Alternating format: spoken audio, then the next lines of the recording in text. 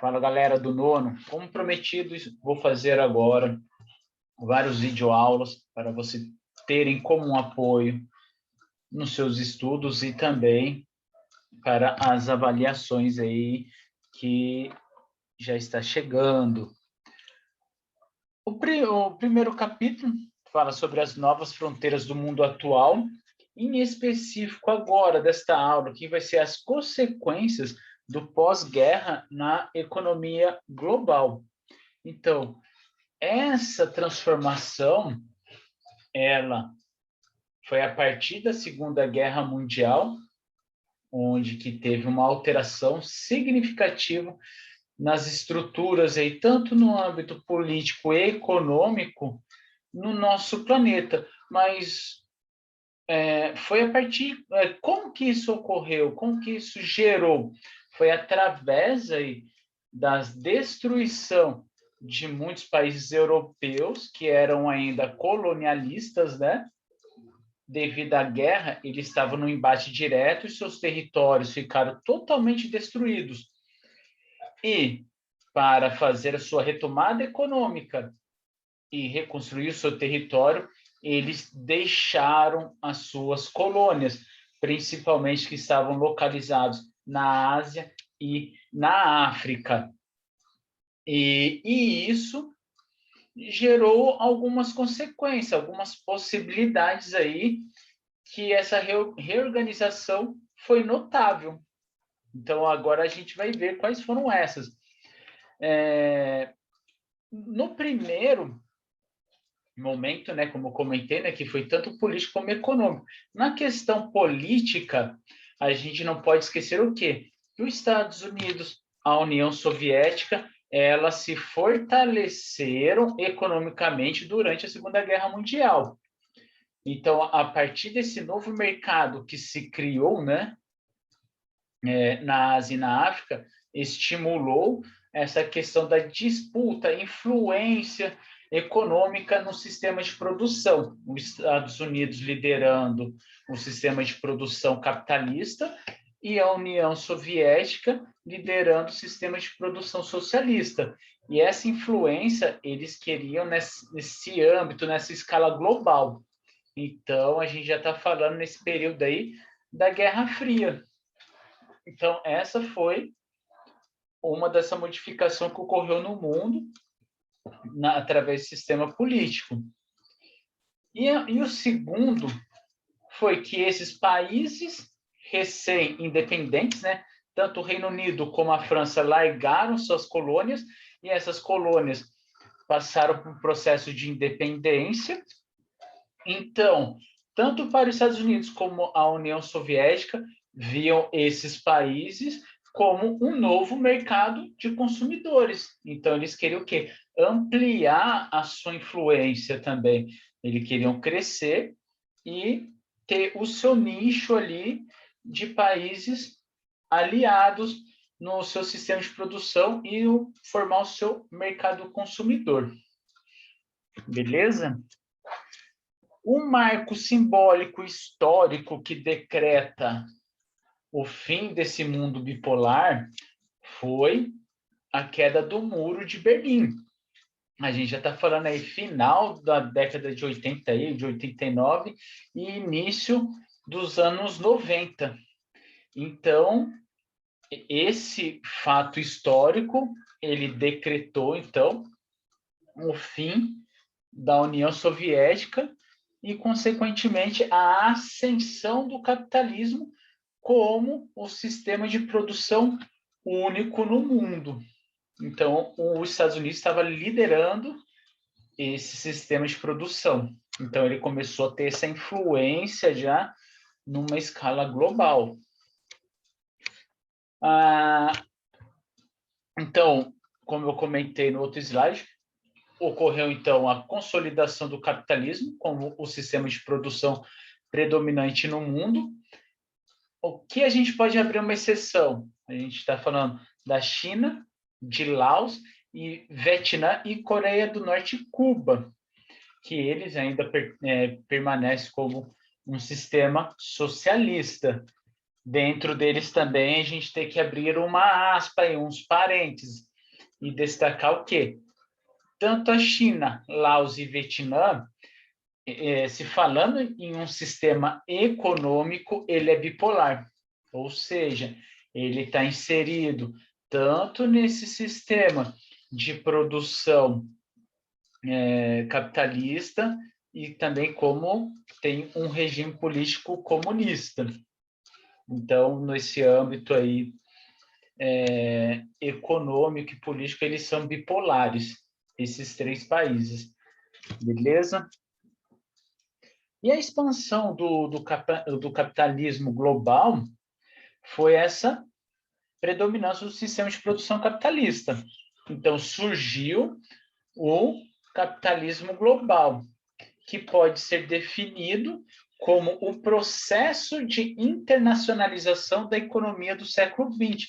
Então, esse capitalismo global surgiu através aí desse processo da globalização. Então, o mundo conectado e que seu sistema único de produção estava interligado em vários territórios, estavam se comunicando. Então, isso aí que a gente pode falar na internacionalização do capital global. A gente vai ver de que formas conseguiram essa conexão, onde que essa produção conseguiu transcender o seu território. Aí vai ter dois aí que a gente pode destacar. E o foco do capitalismo global não era mais fortalecer as indústrias nacionais, mas sim as trocas internacionais de produtos e serviços.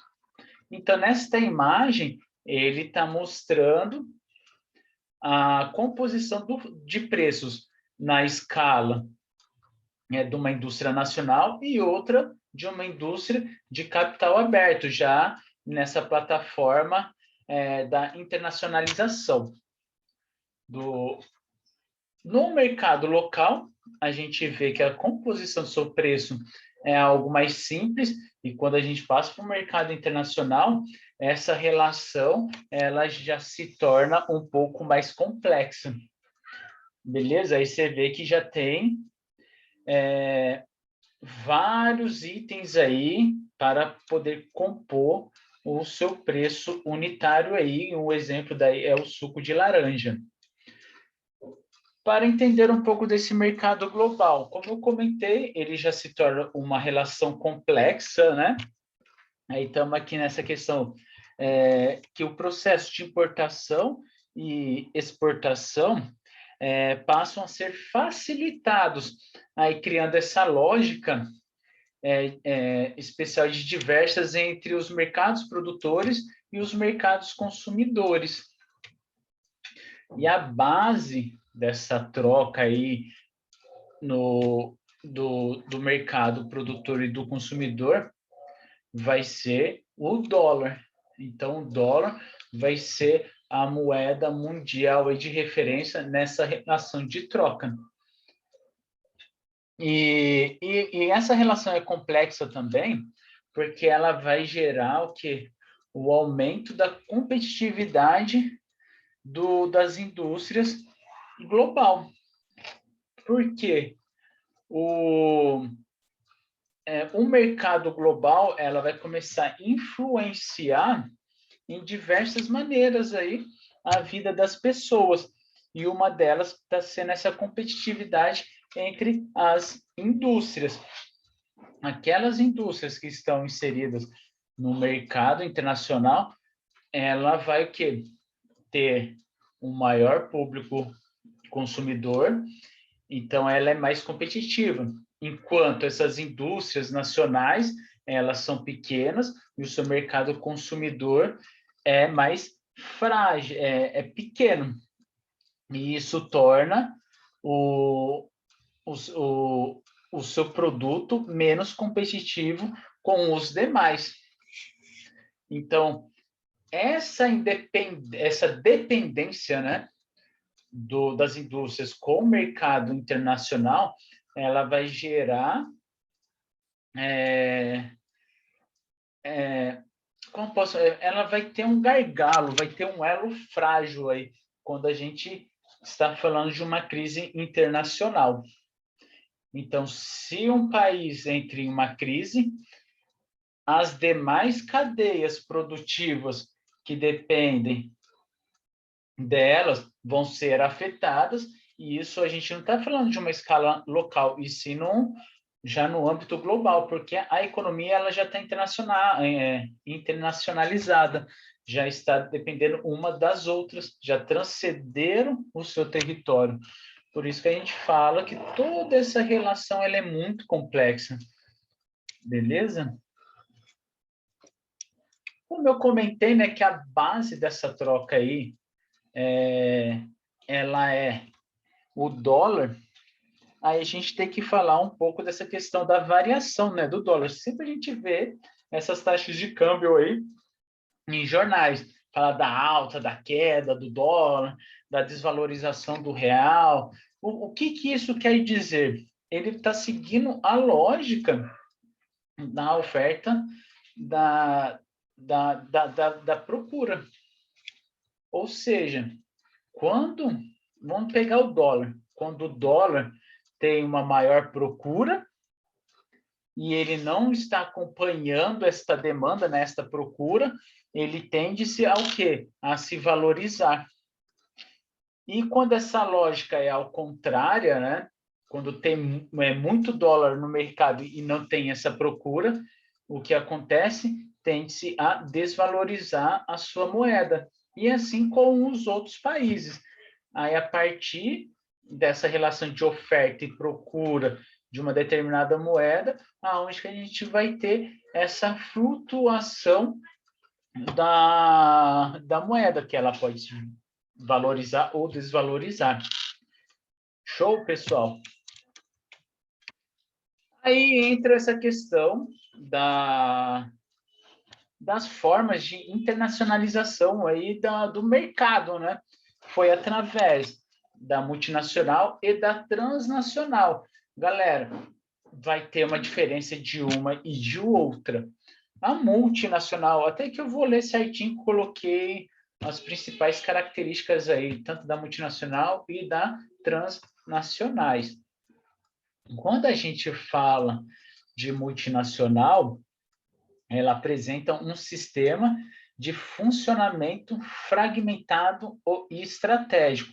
Ou seja, a indústria ela vai fragmentar o seu setor produtivo. Então, ela vai extrapolar o seu território, o limite do seu território de origem. Então, no seu país sede vai ficar a matriz, enquanto o seu sistema produtivo vai para outros territórios, que são denominados como as filiais. O porquê que ele sai o sistema produtivo, ele vai sair do seu país de origem? Devido ao quê? Ele fragmentando, ele vai obter mais lucro. Porque esses países onde que eles vão se instalarem agora, vai ter vários benefícios que com isso eles vão reduzir no seu custo e vai obter um maior lucro. Entre eles vai ser o quê? A disponibilidade de subsídios fiscais, então eles vão ser isentos de alguns impostos. A legislação também de alguns países aí, da gente falando, a lei trabalhistas, lei ambientais são mais frágeis, e outra, principal, a mão de obra ela é mais barata. Não precisa mais de ter uma mão de obra qualificada para montar produto. Agora, quem é responsável por esse desenvolvimento tecnológico dos seus produtos vão ficar localizado na sua matriz. E não só o desenvolvimento tecnológico, e sim o centro decisório aí das retomadas estratégicas da empresa e também o financeiro. Beleza, pessoal? E é isso que é multinacional. E todo o capital gerado nessas filiais vão ser deslocados para a matriz. Desculpa. E por que alguns países eles aceitam a entrada dessas multinacionais em seu território? Porque é uma troca cíclica aí, né? Pois as indústrias vão trazer os seus investimentos, né? Suas instalações, as suas tecnologias. Consequentemente, no país onde que ela está instalada, vai ter um crescimento econômico, porque vai ter o quê? Essa geração de emprego, vai aumentar um pouco a renda dessa população local. Beleza, pessoal? Por isso que esses países aceitam essas multinacionais serem instaladas em seu território. A outra são as transnacionais. Então, ela tem um funcionamento diferente das multinacionais. Ela também vai o quê? Extrapolar as suas fronteiras aí, dos seus territórios, e vai ter essa mesma lógica, matriz e filiais. Porém, as filiais elas vão ter autonomia também. Agora, a autonomia não vem da matriz como ocorre na multinacional.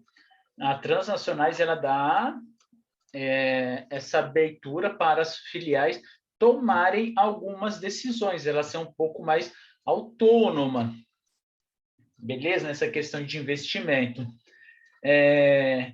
E as filiais também, tudo que é gerado nessas filiais, ela não vai integral para a matriz, e sim parte vai ser retido nessas filiais e a outra parte vai ser deslocada para a matriz. Beleza, turma? Então, essa que é a diferença de uma multinacional com as transnacionais. Hoje, gente falando, muitos falam que não existe mais multinacional. Hoje, a gente só fala nesse âmbito das transnacionais. Aí, o processo de desconcentração industrial, né? Vimos ali, tanto a multinacional e a transnacional, esses países emergentes, né, que a sua economia está em ascensão, elas aceitam essas empresas instalarem no seu território. Um exemplo clássico aí é o Brasil. O Brasil teve esse processo de industrialização da tecnologia através das entradas, tanto das multinacionais e das transnacionais. Beleza? E elas, o Brasil foi atrativo por essas indústrias a partir de 1930, devido às políticas públicas aí de investimentos nas indústrias de base. Porque se o Brasil não tivesse investido nessas infraestruturas, não iam atrair também essas multinacionais. Isso também a gente não pode esquecer. Então, foi através das políticas públicas iniciadas em 1930, com a criação das indústrias de base. Aí a gente pode falar da siderúrgica, das petroquímicas, de eletricidade. Então, é a base para que as outras indústrias possam funcionar. E aqui no Brasil foi a partir do declínio do ciclo do café em que houve essa instalação em grande quantidade no Sudeste, porque as indústrias estavam aproveitando essas infraestruturas que foram herdadas do café. Beleza, pessoal? Por isso que tem nesta imagem aqui a concentração industrial no território brasileiro. E com o tempo, né, com o passar do tempo, aí a gente pode falar em 1960, iniciou essa política de desconcentração industrial nessa região concentrada. Então, uma dessas políticas foram o quê?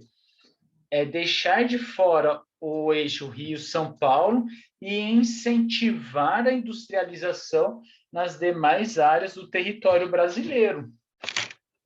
Isso gerou as guerras fiscais entre os estados, onde que São Paulo e Rio de Janeiro perderam muitas indústrias e muitas delas foram para o Sul, para o Nordeste, algumas aí para o Centro-Oeste, e criou-se um polo industrial lá no Norte, que é famoso, Manaus.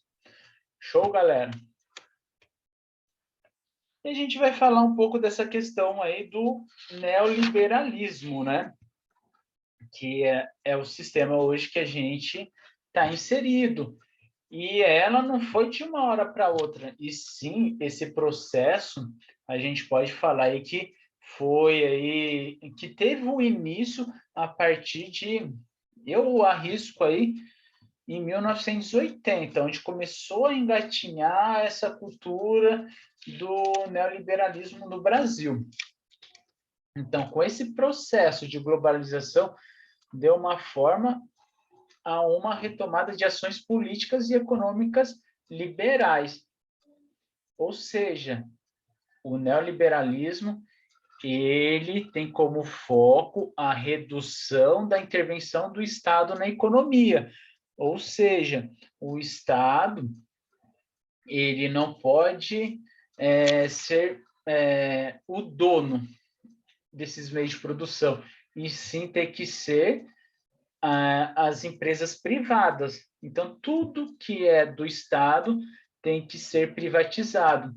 E essa onda de privatização iniciou lá na década de início de 90 e se estendeu até agora, mas na década de 90 ela foi muito forte, porque foram várias estatais que foram privatizadas, entre elas aí, que está aqui nessa imagem, a Usiminas, a Companhia Siderúrgica Nacional, a Embraer, a Vale do Rio Doce, que hoje é a Vale, a Telebrás, e assim, entre outras estatais que foram privatizadas. Beleza, pessoal? E no Brasil esse movimento, né, ocorreu no pós-ditadura, né, como falei, lá em 1980, que o principal objetivo era da privatização, isso como acabei de comentar, que é o foco principal do neoliberalismo. O que eles falam? Por que o Estado tem... por que tem que reduzir a intervenção do Estado da economia? Eles alegam que é para incentivar a competitividade do mercado, para ser mais justo. Eles mesmos autorregulam o mercado. Então, por isso que eles alegam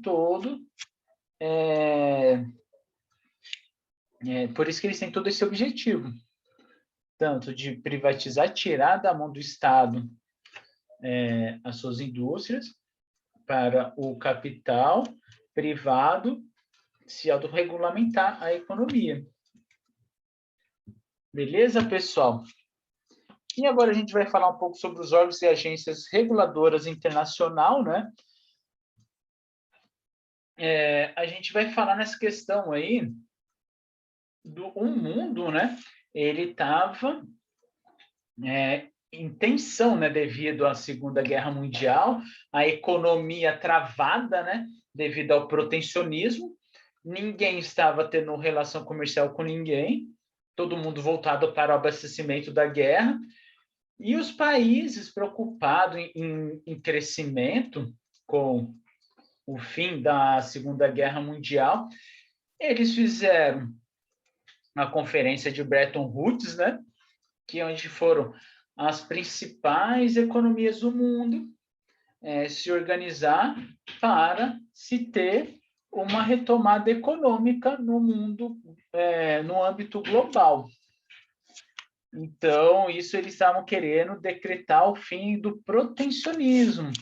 Então, essa questão da diminuição das taxas de juros, da entrada de produtos estrangeiros. Com essa queda dos juros, ia fomentar essa circulação de mercadoria no mundo. Então, o principal objetivo foi esse. Aí foram criados outros órgãos, como o FMI e o Banco Mundial, para fomentar, para estimular cada vez mais como que fala? Nossa, me fugiu o nome agora. Para fomentar a economia. Então, o FMI ele vai ter aí uma atuação no auxílio à manutenção da estabilidade econômica de países que entram em crise. Então, a função do FMI, então, esses países que estão em crise econômica, eles vão acionar este órgão, né, para fazer um empréstimo para se reestruturar economicamente, para tentar sair dessa crise. E o Banco Mundial, qual é a sua finalidade? Ele concede também o financiamento destinado às obras que financiam a adoção de medidas de desenvolvimento, ou seja, então, aqueles países que querem melhorar suas infraestruturas para ter um maior desenvolvimento, ele vai recorrer ao Banco Mundial. A gente está falando aí de modernização de portos, de aeroporto, das malhas viárias, assim, entre outros, aí, que vai estimular essa questão da modernização da mercadoria para chegar o mais rápido possível. Beleza, pessoal? Galera, por hoje é só, né? Daqui a pouco eu irei gravar outro videoaula aí, para finalizar esse capítulo 1. Beleza? Falou, até mais, pessoal.